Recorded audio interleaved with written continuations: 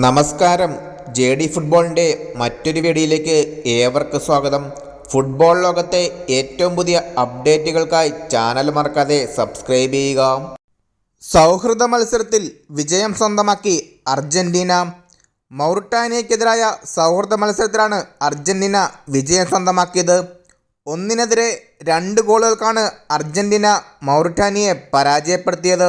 മത്സരത്തിൻ്റെ 17-ാം മിനിറ്റിൽ മൊളീനിയുടെ അസിസ്റ്റിൽ എൻസോ ഫെർണാണ്ടസാണ് അർജന്റീനയ്ക്ക് ആദ്യം ലീഡ് നൽകിയത്. 32-ാം മിനിറ്റിൽ നിക്കോ പാസിലൂടെ അർജന്റീന തങ്ങളുടെ 2ാം ഗോൾ സ്വന്തമാക്കി. മത്സരം അവസാനിക്കാനിരിക്കെ ഇഞ്ചുറി ടൈമിലാണ് സിദി യാക്കോബിന്റെ അസിസ്റ്റിൽ ജോർദാൻ ലെഫോർട്ട് മൗറിറ്റാനിയയുടെ ആശ്വാസ ഗോൾ നേടിയത്. മത്സരത്തിന്റെ ആദ്യ പകുതിയിൽ സൂപ്പർ താരം ലയണൽ മെസ്സി കളിക്കാനിറങ്ങിയിരുന്നില്ല. 2ാം പകുതിയിലാണ് മെസ്സി കളിക്കളത്തിലേക്ക് ഇറങ്ങിയത്.